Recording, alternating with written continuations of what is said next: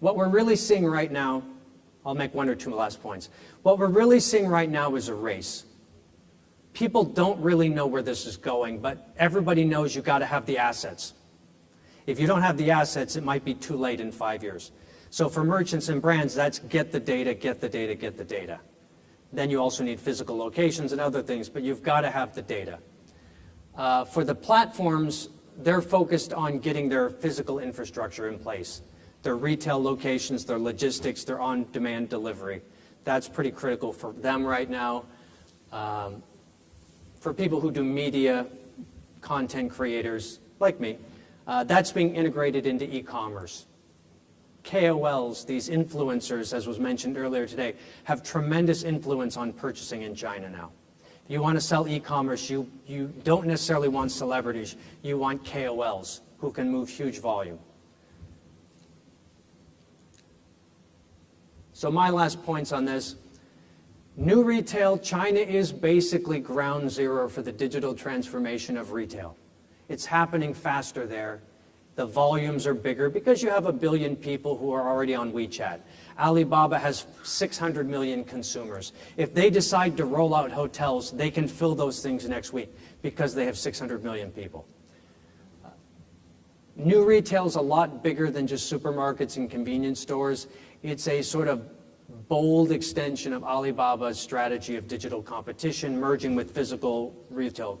We're seeing a new type of game being created. JD is actually doing pretty well. They don't get talked about as much, but they're doing really interesting things. And we keep seeing niche players like Pinduoduo, Little Red Book, Xiaohongshu. We keep seeing e-commerce players jump up very quickly and get good volumes. So it's not as static as people think. Last point. Watch for surprises. 51% of this is unpredictable. I think 49% is predictable. For everything we see coming, then there's the bicycles, who nobody saw coming. This is Alibaba Yuebao, which means extra money, Yuebao. They launched a money market fund as an e-commerce player in 2013, and it was just like the bicycles. It turns out people didn't really like going to the state-owned banks that much. They were not that convenient. The bicycles were more convenient than regular bikes. This was much more convenient than regular banking. They unleashed a sea of demand that was already there. They go from nothing to the now it's about $160 billion under management, the largest money market fund in the world. Same story as the bicycles. We're seeing healthcare happening right now. There's a company called Ping An Good Doctor, which just did a deal with Grab here in Southeast Asia, which is interesting. We'll go into that. KTV booths. These are in the subway. You walk into the subway, people walk up with their phones, they scan the phone, the door opens, you sit on the little stools, and you sing a couple KTV songs. Then you pay with your mobile payment, you get out. They're everywhere. I don't think anyone saw this coming. That's freshly squeezed juice. These are actually pretty popular. The father's buying it for his 2 young daughters. You pay with your phone, or you can do facial recognition now a lot, and they squeeze the juice. This stuff happens almost every month. There's something surprising like this. This one I mentioned, this is the Luckin coffee store, which decided to take on Starbucks, which is doing amazingly well in China. 70% of the market, the most profitable stores they have in the world are probably in China. No competition. This young group, which is founded by internet entrepreneurs, is taking them on this year. Don't know how well they're doing, but they opened 2,000 outlets in the first year of operations. Not full stores, and they're a digital company at heart. You can only pay on your phone. They don't take cash. They don't take credit cards. The orders come from outside the store. Then you walk in, and it's literally like they show you a video. Here's your coffee being made.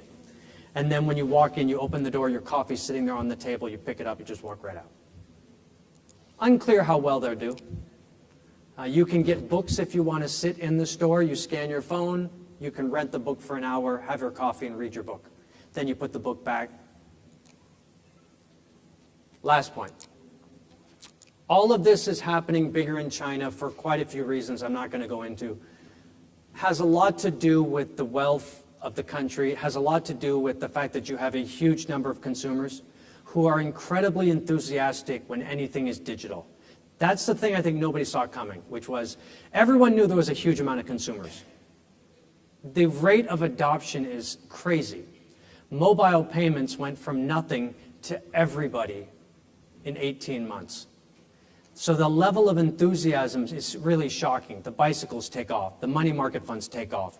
I don't know of a group that adopts digital faster on the commerce side than China right now. There probably is, but this is impressive. We have unusually dominant platforms like Alibaba, Jingdong, Tencent, Didi. Because they're so big, they're able to roll out things very, very quickly.